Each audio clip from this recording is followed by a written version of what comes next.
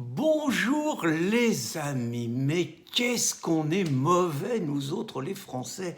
On n'arrête pas de passer à côté d'occasions inespérées. On aurait pu en 2017 se débarrasser de Hollande sans se prendre Choupinet. On avait la femme de la situation. Non, non, pas Marine, trop blanche, trop française. Non, non. On avait Ramatoulaye Yad, dite Ramayad. Elle vient de nous apprendre qu'elle rêvait en 2017 de devenir présidente de la République française. Et nous, on avait une chance pour la France, on est passé à côté. De quoi montrer à ces connards d'Américains que nous, non seulement on était capables d'élire à la tête du pays une personne de couleur, mais en plus une femme. Ah, quel parcours, Ramaya. D'abord, il y a beaucoup de comparaisons à faire avec Sibeth Ndiaye. Elles sont tous les deux nés à Dakar, 3 ans d'intervalle. Ramayad, elle a 42 ans, Sibeth, elle a 39-40 ans.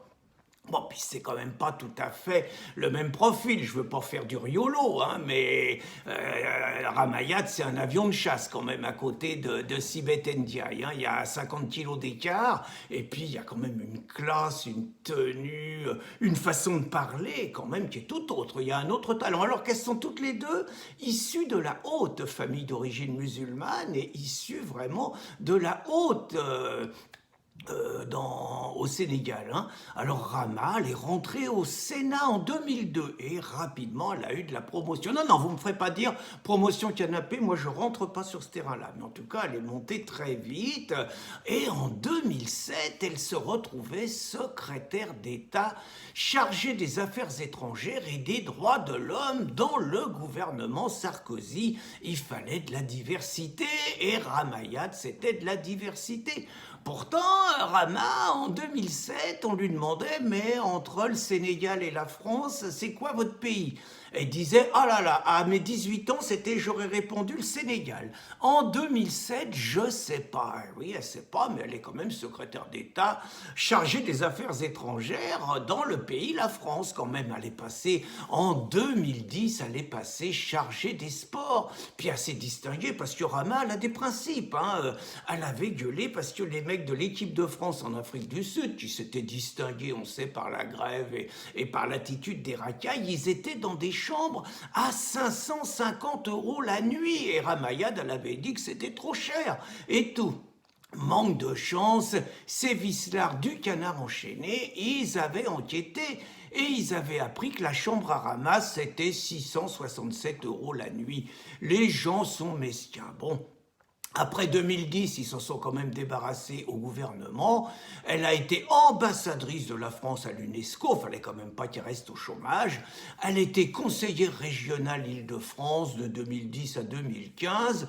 Et en 2016, elle a décidé qu'elle avait un destin. Elle a décidé qu'elle devait être candidate à la présidentielle. Rien de moins, elle s'était lancée dans la France qui ose. Ah, la France qui ose, c'est autre chose quand même que oser le clito de l'autre de As. Là, ça a de l'allure. Mais comme elle était complètement barrée au niveau de l'UMP, qui s'appelait pas encore LR et tout, elle avait décidé d'essayer de prendre le parti radical et de devenir présidente du parti radical. Manque de chance, c'était raté. Faut reconnaître qu'elle a tout raté depuis 2010, Ramayad. Elle a voulu se présenter à la mairie de Colombes, raté. Toutes les élections auxquelles elle a voulu se présenter, c'était raté. Par contre, alors on voit que c'est quand même quelqu'un qui n'est pas sectaire du tout, parce qu'elle a épousé en 2005 un historien, Joseph Zimet, qui était membre du Parti Socialiste. Donc, une nana de droite qui épouse un mec du Parti Socialiste, ça aurait fait merveille à En Marche. Surtout que Joseph Zimet, c'est pas n'importe qui. C'est le mec qui était chargé des commémorations du centenaire de la bataille de Verdun. Vous savez, celui qui voulait que Black M, celui qui chantait Section d'Assaut, celui qui voulait brûler les PD et tout, mais un artiste, un rappeur et tout, c'était lui qui devait rendre hommage aux poilus. Et les salopards de la fachosphère, ils ont fait une campagne. Résultat, Blachem, il a été viré. Mais bon, il a quand même été reçu à l'Élysée après. Hein. Hollande, là-dessus, il était correct. Hein. Mais en plus, Joseph Zimet, c'est lui qui a trouvé ce truc fabuleux des jeunes Français et des jeunes Allemands qui couraient au milieu des tombes pour célébrer Verdun, la fraternité. Alors, il y en a certains qui ont vu là-dedans une profanation scandaleuse. Mais bon, Joseph Zimet, c'est un socialiste. Lui, il est universaliste, il est citoyen du monde avant d'être français et tout. Donc, je reviens, elle aurait fait merveille, Ramayad, donc avec ça, elle aurait fait merveille avec Choupinet. Manque de chance, elle n'a pas été bonne sur ce coup-là. Elle a raconté que Choupinet, il était un peu taré. Alors, elle n'a pas dit comme ça, mais elle s'est interrogée sur les capacités psychologiques d'Emmanuel Macron. Bref, elle a dit qu'il n'était pas tout à fait normal. Bon, l'autre, évidemment, il s'en est rappelé. Mais quand même,